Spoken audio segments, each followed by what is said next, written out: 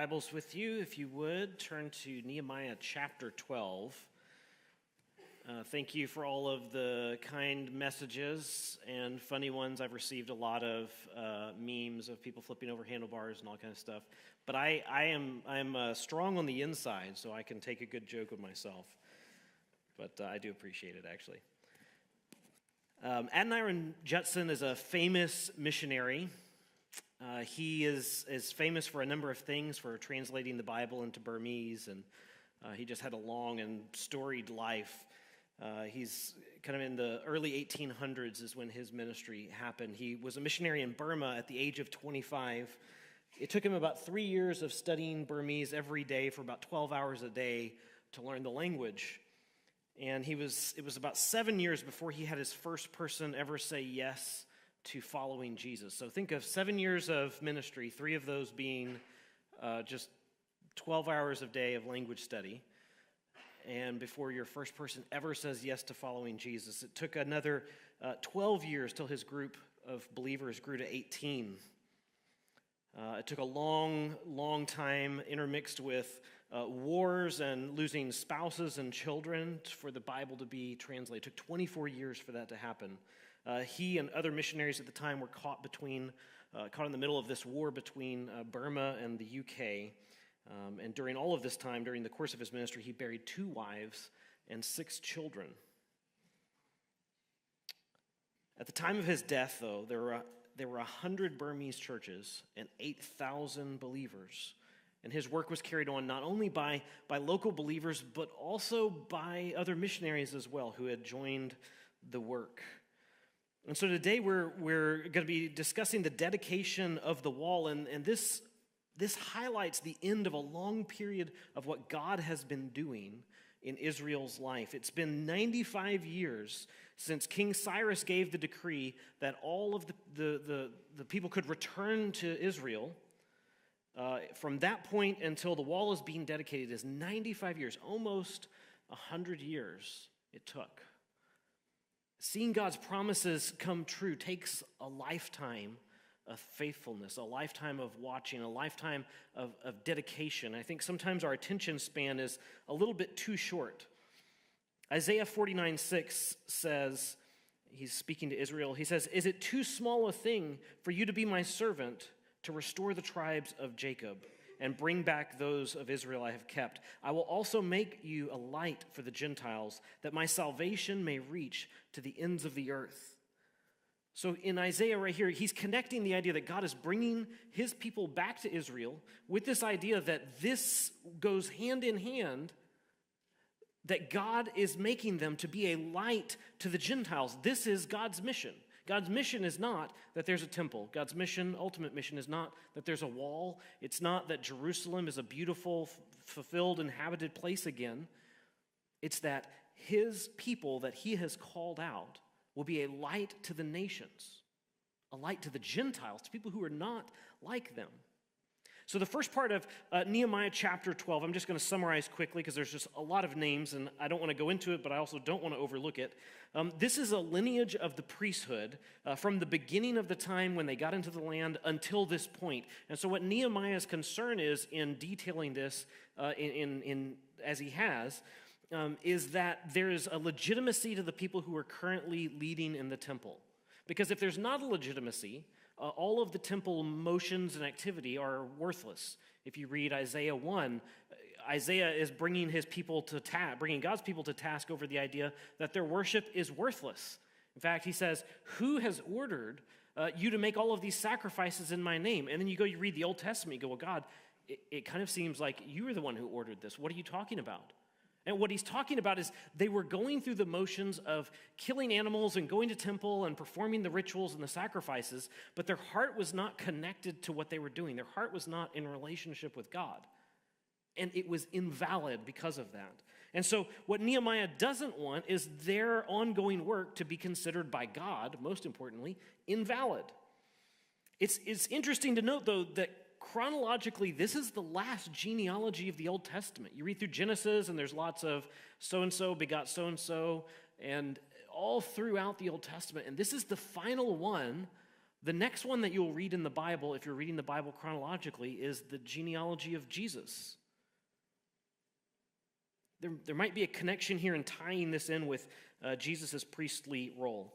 If you have the handout and the notes, there are some intro sentences which say, a time for gathering and a time for this and that. There's multiple times that are happening and things that are happening here. And the first one of these is it's a time for gathering. I'm going to read verses 27 to 29. At the dedication of the wall of Jerusalem, the Levites were sought out from where they live, and they were brought to Jerusalem to celebrate joyfully the dedication with songs of thanksgiving and with music, the music of cymbals, harps, and lyres. The musicians also were brought together from the region around Jerusalem, from the villages of Netophathites, from Beth Gilgal and the area of Geba and Azvameth, for the musicians had built villages for themselves around Jerusalem. I was reading through this week, and I was struck by the idea. It actually was kind of on my final time reading through it when I was about to click print on the notes, when I thought, man, that is some very interesting town names that he seems intent on recording. What is up with that? And here's what's up with that. These villages represent places of great struggle and victory that God had. Netophah, these are the descendants of Caleb. And as I preached in our centennial sermon, Caleb was known for his wholehearted dedication to God. Even as he was way past what we would consider to be fighting age, he's saying, let me at him. Let me just have one more round. I will take the hard country where the giants live. I will go do this. And so Netophah was one of his descendants, and so the area of Netophathites, this is his people, his children. And so God is calling the Levites out of all of these different areas. The first one is there's a recognition of who is Caleb here. The next one, Beth Gilgal. Gilgal was where Israel first camped when they entered the Holy Land for the first time. So God had brought them out of Egypt. He brought them through the desert. They came up to the edge. They sinned, and he said, okay, we're going to let that generation die in the desert. And then when they finally came in, this is where they camped. They camped at Gilgal.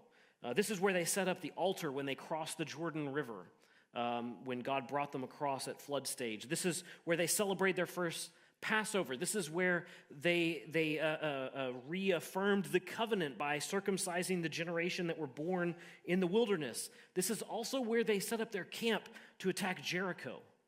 So the first place we have is where the descendants of Caleb, a mighty warrior, lived. And the second one is this was ground zero for all of Israel taking the land the very first time. The next city is Geba. This is a place that relates to the time of the kings. And you read through the book of Kings, and there's so many bad kings where it will say, he did everything that his father did that was evil in the sight of the Lord, and more so. But there's one of the kings who's good, King Asa. And what it says about Asa is that he did what was right in the sight of the Lord. So he was different. And he went to war with this king, King Baasha. King Baasha was in the north, and King Baasha had made a treaty with a neighboring Canaanite king. And essentially, King Asa was able to politically split that treaty. So Baasha was building this town, and this town was being used basically to prevent people from entering southern Israel or Judah.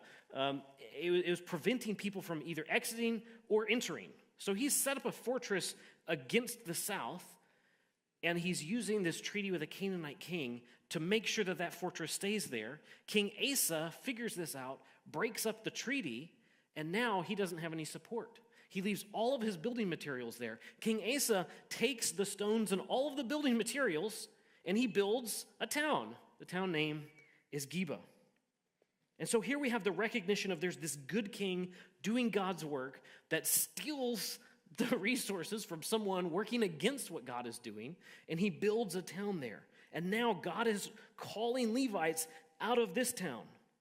And the last town in this list, Azvameth, this is actually a fairly unremarkable place in contrast to, this towns where this was where they ran their fight into Jericho from. And yet this is one of the early towns where the returning exiles, one of the first wave of exiles that came into this town. And so God is basically in very low-key form, he is playing his greatest hit list here of Here's all the towns where I did amazing things, and I'm calling people back because something special is about to be happening.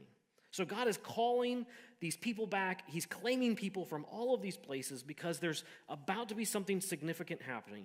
But first, they have to have a time of purification. This chapter both opens and closes, or this event opens and closes with a time of purification. In verse 30, it says, when the priests and the Levites had purified themselves ceremonially, they purified the people and the gates and the wall. Nehemiah honestly kind of gives a disappointing depiction of what did the dedication of the wall look like. Because when we read about King Solomon dedicating the temple, there's chapters dedicated to what was going on there. And here he's mentioning everything in abbreviated form. So the purification rituals, if you go back and you read in Leviticus, this is Leviticus chapter 4 and chapter 16, you can read that later. It starts with the priests and the Levites bathing themselves, and they put on special linen garments and special linen undergarments. The priest would sacrifice a bull on his own behalf for his own sins, and then he would take 2 goats, one which he would kill and the other which later he would let go. He would sprinkle the blood on the altar. He would sprinkle the blood on the walls of the tabernacle. This is before the temple. He would sprinkle the blood on the altar 7 times again to cleanse it. And so basically all of this is a ceremonial way of purification or cleaning house, if you will, for God's presence to be there. And then they would release one of the 2 goats into the wilderness. If the goat were to stay away, this was a sign that God had received their sacrifice. If the goat were to come back, this was a sign that God had not, that there would be some judgment to be put upon them. At the end of this ritual, the priest would then take these garments off that they had been doing all of the sacrifices in, and he would bathe himself once again and put his regular clothes back on. So this is what the purification, the ceremonial purification looked like. And to dedicate the wall, and I would say by extension the temple, correctly, they have to go through this correct process. The next thing, now that everything is set, all the people are gathered and they're brought together for this event, the people are correctly in the right state of mind, they're ceremonially pure, that's a hard word to say. He describes this event, and I'm calling it a time of honoring, and I'll explain what I mean there in a second, but let me just read, starting verse 31, he says, I had the leaders of Judah go up on top of the wall. I also assigned 2 large choirs to give thanks. One was to proceed on top of the wall to the right, towards the dung gate. Hoshaiah and half of the leaders of Judah followed them, along with Azariah, Ezra, Meshullam, Judah, Benjamin, Shemaiah, Jeremiah, as well as some of the priests with trumpets, also Zechariah, son of Jonathan, and the son of Shemaiah, and the son of Mathaniah, the son of Micaiah, and the son of Zakur, son of Asaph, and his associates, Shemaiah, Azarel, Milalai, Gilalai, Mai, Nathaniel, Judah, and Hananiah. Aren't you glad I didn't read the entire genealogy? Also, if you read it quick enough, no one catches when you make mistakes. So he has all these people together with musical instruments prescribed by David, the man of God. Ezra, the teacher of the law, led the procession. At the fountain gate, they continued directly up the steps of the city of David on the ascent to the wall and passed above the site of David's palace to the water gate on the east. The second choir proceeded in the opposite direction.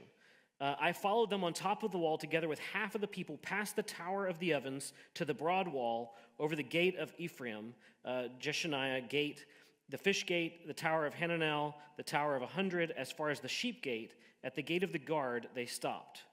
The 2 choirs that gave thanks then took their place in the house of God. So did I, together with half of the officials as well as the priests. And so in this passage, basically, it's a long description of who was there and where were they going. But just imagine a city wall being somewhat oval. The city of Jerusalem is kind of oval at this time, and the wall goes around it. And they're starting at one point, and one group goes to the right, and the other group goes to the left. And they go all the way around the city, and they meet on the other side, and then they proceed to the temple. That's basically what happened. One group went one way, the other group went the other way. They're up on top of the wall. This is a public thing. This isn't a quiet, hey, let's not let the neighbors see.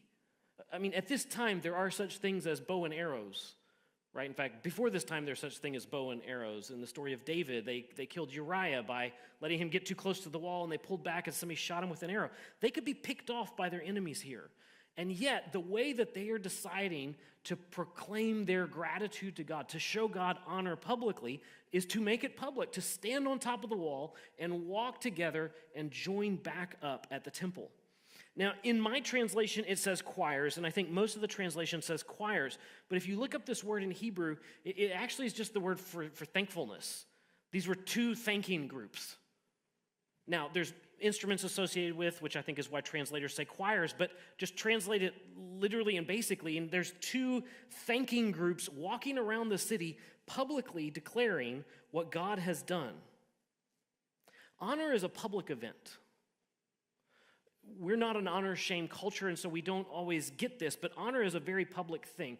If you think back to the story of Esther, Queen Esther, you had this guy named Haman, and Haman was very full of himself and thought he wanted to be number one, wanted to be the king's right-hand man. And basically the king one day says to him, hey, if I were to show someone honor, what would I do? And Haman assumes it's himself, and he says, oh, here's what you do. You take a royal robe, a robe that you have worn. You take a royal horse, a horse that you have ridden. You put the royal crest on his head. You parade him in the city square. You take somebody that's really, really important, and you let that person walk this man around and say, see, this is who the man is that the king wants to honor. Now, in this scenario, it was a great reversal. It's a really delicious story where it was for his arch enemy, his rival, his nemesis, not for himself. But we see how honor is designed to be public. It's not a private thing.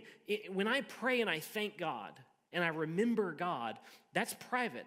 When I sit as a family and we pray and we thank God, it's still somewhat private. When we sing together here on a Sunday and we thank God, it's still somewhat private. They're not in the temple doing this. They are walking around the walls for everyone to see. They're not embarrassed at all. They're not embarrassed to be seen publicly thanking God. Choirs play a fascinating role in God's military strategy. You've got Joshua and the Battle of Jericho, where essentially a procession of people with trumpets, and the choir leads the group as they go around. You've got Gideon and the Midianites when he's fighting them, and his 300 mighty men have trumpets and torches. One of the most interesting stories of this is Jehoshaphat. King Jehoshaphat is fighting against Moab and Ammon, and in 2 Chronicles 20:21 it says, after consulting the people, Jehoshaphat appointed the men to sing to the Lord and praise him for the splendor of his holiness, as they went at the head of the army, saying, give thanks to God, for his love endures forever. I'm not a military strategist, but something tells me that that's not a great strategy. You don't send the people with trumpets to the front of the line. Now, in this story, as the choir goes to the front, there's these two groups that have joined up against the king of Israel. And essentially, this created such confusion between them that they started fighting each other. I mean, God is the one who fought on their side, and God told the king, look, I'm going to fight. He told Jehoshaphat, I'm going to fight on your behalf. You don't have to do anything. And Jehoshaphat says, okay, let's send in the choir then. And they send in the choir, and people start fighting. Who announces the birth of Jesus? It's an angel choir. But now we see where God sees choirs as a military instrument. It's the angel army of God shows up to announce the birth of Jesus. No wonder the shepherds were afraid. They've seen what choirs can do. So here, Israel has sent two choirs, two thanking groups publicly around the wall. This is to me, very reminiscent of Joshua and Jericho. They're not afraid.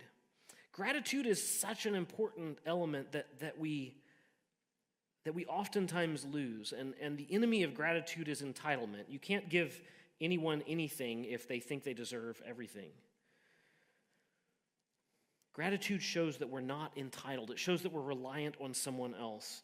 Christine Pohl in a book says, practices of gratitude can be distorted when we imagine that Christians are always supposed to be smiling and cheerful, even in the face of suffering and tragedy or grave injustice. To live gratefully is not the same as denying that misery or evil is around us. Gratitude involves knowing that we are held secure by a loving God and that the God we worship is trustworthy despite the nearly unbearable sorrow that we encounter along the way. She goes on to say, a capacity to be thankful in the midst of hard times requires acknowledging that we do not know the whole story, that we are living before it is complete. We're living before the story is complete, and that we are thankful for the presence of God and faithful persons in our life. Gratitude is a crucial way in which death and destruction do not have the final word and cannot finally define us. Gratitude is most striking when it's lived out in difficult circumstances. Here we have them at what now is essentially a military outpost. If the enemies of God decide that they want a shot, where are they shooting? They don't have to go march into Persia. They don't have to be bold and deal with Persian armies to go shoot at them now. They can shoot right there in their backyard at them. And it's in this context that they are showing gratitude to God. They're publicly declaring it. And when we think about gratitude, in our sense, sometimes the cynical side of us says, but I can't show gratitude because you don't understand. These things are happening in my life right now. I've just lost a loved one. I've just lost a job. My world is falling apart. I can't show gratitude. I mean, we look at this moment and go, wow, this is a moment, God's mission is accomplished, sort of. I mean, it got to a certain point. But they're still living in a very undesirable location. And yet they're showing gratitude to God.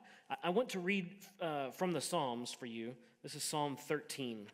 This is one of the laments. I talked about lamenting early on in the sermon series, and this is a psalm of lament. It says, "How long, Lord, will you forget me forever?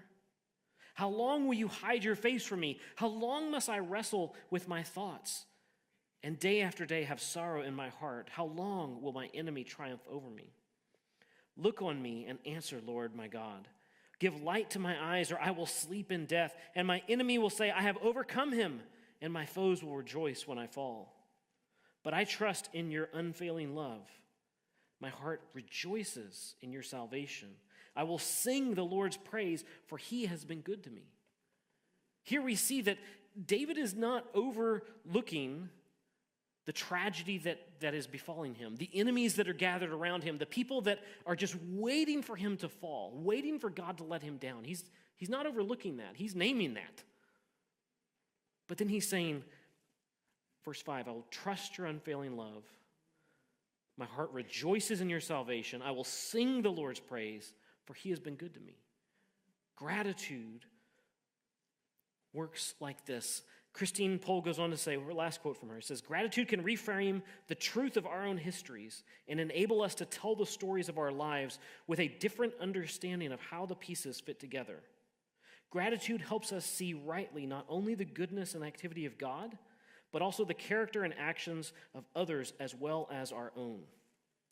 I mentioned in the introduction that seeing the promises of God come true takes a lifetime, how it had been 95 years since King Cyrus said, I will let you go back and rebuild your homeland from that point until this point today.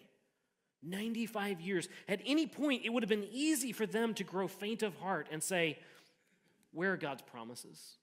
Are they going to come true? I don't think so. It would have been very easy to say that, and yet through gratitude, they're recognizing, as Christine Pohl says, they're recognizing the story isn't done yet. We are living with our heart, and we're living with our praise and our gratitude and what we are saying about God. We're living into the future. Americans understand living into the future. We do this with credit. Essentially, we're giving credit to God in advance of a completed story. We're saying, God, it might not be done yet. It might not look right yet, but I know who you are, I know your promises, and I am trusting in that. Next, we see a time of sacrifice and joy in the text. Verse 43 says, and on the day they offered great sacrifices, rejoicing because God had given them great joy. The women and children also rejoiced. The sound of rejoicing in Jerusalem could be heard far away. Let's look at both sides of this, sacrifice and joy. Sacrifice first. It says they offered great sacrifices and don't really tell us much. If we look back at the dedication of the temple from King Solomon offered 22,000 cattle and 120,000 sheep and goats. Now, he was also, the ancient world's billionaire, if you will, at the time. He was extremely wealthy. I imagine that in a time of poverty and war and austerity that they didn't have this. But I still imagine that their sacrifices were sacrificial in the sense that they were asked to give up a lot in order to memorialize this event. But I think it didn't feel like it cost them anything because of the joy that they had. I'm going to quote my wife here. She does this to me all the time, and then when I call her on it, she says, "The two shall be one," so baby, the two shall be one. Joy is a prophetic declaration that we are content with God regardless of our circumstances. We're content with God regardless of our circumstances. This is kind of like gratitude, where gratitude when everything is going great is not really gratitude. Joy when everything is going great is not real joy. There's a prophetic side of joy and gratitude where, again, we are living into the future. It says, because God had given them great joy. We cannot manufacture joy from ourselves. We can't be in a moment of extreme distress and say, you know what, I'm just willing myself to be joyful. This is something that God has to be doing a work in us.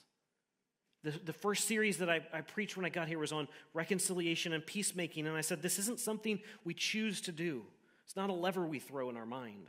It's a spiritual journey that God is bringing on to us, transforming us, and I think joy and gratitude are the same thing. Joy is a huge theme in the book of Nehemiah.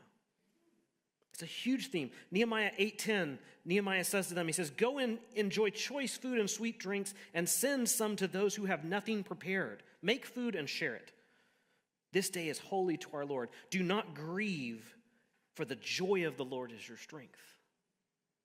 Imagine being one of the surrounding towns. You've seen this ragtag band come out of Persia. Every moment you think you're about to be able to outsmart them, to stop the work. It lasts 100 years, but 100 years later, they have this moment where they put their band up on the wall and do a victory lap around the city, and they're praising God, and they're saying, look at what God has done. So much so that you can hear it outside the city. There's something going on here. The joy of the Lord is their strength. You don't mess with people that are that crazy, who can have so little and be being held by a thread, but have such confidence in something greater than themselves and someone greater than themselves. You can't come at them. The answer to trauma, grief, and suffering is joy. I got to hear a friend present on this. He works with Afghan refugees. We've all seen what's happened in Afghanistan the last year, and he's actually getting to work with them and counsel them. I mean, the atrocities that they've seen are unspeakable. And his advice and his work with them is helping them lean into joy, helping them lean into gratitude. The answer to trauma, grief, and suffering is joy. This is on a personal level, though, but let's bring this up to a societal level. What is the answer to a world of systemic hopelessness? You look around us today, what's the hopeful answer? What do people feel optimistic about? Kind of nothing right now. Ask younger and younger generations how they think the world is going. The answer to this is a community of Christians who is living lives of God-given joy. This is not, we're living this in a kind of Pollyanna way where we just think, oh, it's all just going to work out and be fine. We are recognizing, just like Psalm 13, we're recognizing grief. We're recognizing trauma. We're recognizing hardship. We just know the rest of the story. We know that this is not all there is. God is not done writing the story yet. What Christine Pohl said about gratitude, I believe, is true about joy. I'm just going to kind of rephrase it. And I can say joy can reframe the truth of our own histories and enable us to tell our stories of our lives with a different understanding and how it pieces together. Joy helps us see rightly not only the goodness and activity of God, but the character and actions of others as well as our own. When we have a perspective of joy, it changes how we see and interpret our life circumstances. Next in the text, we see there's a time of giving and a time of committing. Verses 44 to 47 says, at that time, men were appointed to be in charge of the storerooms for the contributions, first fruits, and tithes. From the fields around the town, they were to bring into the storeroom the portions required by the law for the priest and the Levites, for Judah was pleased with the ministering of the priests and Levites. They performed the service of their God and the service of purification, as did also the musicians and gatekeepers, according to the commands of David and his son Solomon. For long ago, in the days of David and Asaph, there had been directors for the musicians and for the songs of praise of thanksgiving to God. So in the days of Zerubbabel and of Nehemiah, all Israel contributed the daily portion for the musician and the gatekeepers. They also set aside a portion for the other Levites, and the Levites set aside the portion for the descendants of Aaron. They had already organized in the previous chapters who is going to do what. They had put it into writing. They had signed their names, and now we're actually seeing they're implementing the system. Essentially, God has a mission to put Jerusalem where it's at, to be a light to the nations, and they are now actively committing to this mission. They are committing to its sustainability. It's only sustainable if they do this. Now, Nehemiah is noting this is not some new innovation that he has brought in. He says, look, long ago in the days of King David, if you want to get anything signed off in Israel, just say King David did it, okay? He says, long ago in the days of King David, David did this and Solomon did this. And he says, look, I'm just replicating what has been done before. There's a bit of a symbiotic relationship between the priests and the Levites and their work in Israel. So of all of the 12 tribes, there was one tribe that did not have an inheritance in the land, and that was the Levites. The Levites' inheritance was they were allowed to serve the Lord. And through serving the Lord, the people would bring their tithe, their offering of grain and sheep and all these different things into the temple, and a portion was to be burned in the fire as part of the sacrifices, and a portion was to be given to them. Now, think through Israel's history. In a time when everyone's getting into idolatry, in a time when the priests have forgotten the law, literally lost the law, how is this functioning? They have a vested interest in teaching right thinking, in teaching the ways of God. And in times when they're doing this, it's supposed to be working out where that is how they're taken care of. The flip side is true, though. As Israel fell into decay morally and theologically, they would be the first to suffer as well.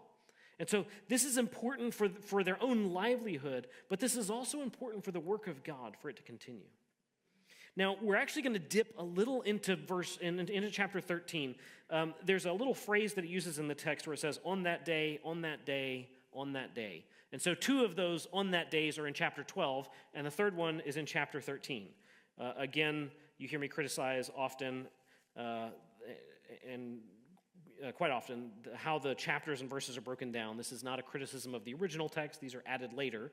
But this really belongs with that other portion. So I want to read just the first 3 verses of chapter 13. It says, on that day, the book of Moses was read aloud in the hearing of the people, and there it was found written that no Ammonite or Moabite should ever be admitted into the assembly of God, because they had not met the Israelites with food and water, but had hired Balaam to call a curse down on them. Our God, however, turned the curse into a blessing. When the people heard this law, they excluded from Israel all who were of foreign descent. I ask this question to you rhetorically. How is this exclusion consistent with God's heart and his love for foreigners? We know in Exodus 22:21 it says, do not mistreat or oppress a foreigner, for you were foreigners in Egypt. And this gets repeated again and again in Leviticus, also in Deuteronomy. And so he's recalling a time in Israel's history when, as they were wandering through the desert, there were these two peoples who did not welcome them with hospitality. And because of this, they bear this mark and this record, it seems like, throughout eternity. But I don't think this is actually based on race. I think this has to do with that is based on belief. Because we can see in different places where people from these tribes were actually admitted not only into the house of God, but even into the family of God. The first of these, we see a Canaanite prostitute. We see Rahab in the book of Joshua when they are coming into Jericho. She gives the men, she allows them to hide in her house. And they give her a scarlet ribbon or thread or scarf to hang out the window, and she does this, and she is spared. Like we see how she, who should be the unclean's unclean, she's an unclean person in their understanding. She should be the first to be excluded, and yet she is included. At the same exact moment, we see Achan, who one battle later takes from the things that were supposed to be destroyed, he takes the gold into his tent, and we see someone who's an Israelite become condemned. And so in one story, we see where someone who should be an outsider is included, someone who should be an insider is excluded. What and why? This doesn't make any sense. We could fast forward into the book of Ruth from here and say, well, Ruth is a Moabite. She is one of these people who's supposed to be excluded based on this event. Now, when Ruth stayed with her mother-in-law, she said something very interesting in the text. She said, your people will be my people, your God will be my God. And she's included. Not only in just religious life in Israel, she's actually in the line of Christ. The closing of the book of Ruth, Obed begot Jesse, Jesse begot David, right? David's in the line of Christ. And so here we see where the inclusion and exclusion isn't just this random or petty border dispute. It's this idea that God is trying to keep his people pure. And he allows people who are not of the tribe of Israel into even his lineage, not just his house, but his lineage, based on, are they willing to give up their false gods and worship the one true God? And so we see this section open with a time of purification, and it's closing with a time of purification. It was ceremonial purification at the beginning, the sprinkling of blood, the cleansing of items, the dedication of things. And now it's a physical separation from people who are not worshiping God. They're separating themselves not just from idolaters, but from idolatry. I want us to think through this passage for a moment as we close. There's an interesting verse in 2 Corinthians 3. It says, you yourselves are our letter or our epistle written on our hearts, known and read by everyone. You should know, you show that you are a letter from Christ, the result of our ministry, written not with ink, but with the Spirit of the living God, not on tablets of stone, but on tablets of human hearts. So just let's use this metaphor that God is writing on us. Like we are the letter. I mean, we have the letters to the church in the Bible, but we are God's letter to the world. It's our life. It's written on our heart. What does it look like for us to be the embodiment of God's revelation to a lost world? What is a kind of living dedication? They have a dedication to the wall, but what does it look like for our lives to be fully dedicated to God's mission? I'll just go back through the points. The first one is the time of gathering. We're gathered together to celebrate his work and his mission. Honoring, publicly proclaiming our thankfulness, sacrifice and joy, giving our time, talent, and resources to God with joyful hearts, looking not where we're at in the story, but how he's going to complete the story. With giving and commitment, we're giving and committing to make God's work sustainable. With listening and obeying, we're listening to God's word daily. This section closes with, they read God's law one last time, and we're telling God yes. So I want you just to think about this, look through those points and go, what does living a dedicated life, a publicly dedicated life look like in my context? If my life is the epistle, if my life is the letter that God is writing to the world, what do they see? Do they see me marching around the wall going, behold what God has done. Look at his victory. Look at his goodness. Look at our thankfulness for him. Look at our joy in him. They lived this verse right here in this moment. They lived this verse of being this letter to the world, living out loud, being a light to the nations. Now, as we go into the next chapter, we have to ask the question, what will happen with this? It's this high moment. It's this high watermark in their history. What will happen next?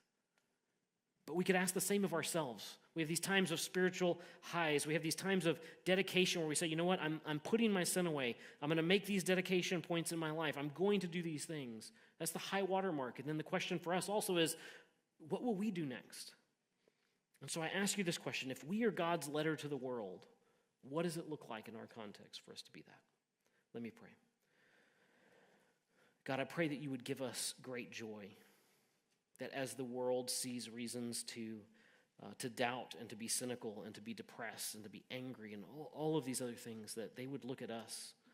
They'd see us dancing on the wall, playing music to you, worshiping you, thanking you. But God, we cannot manufacture joy.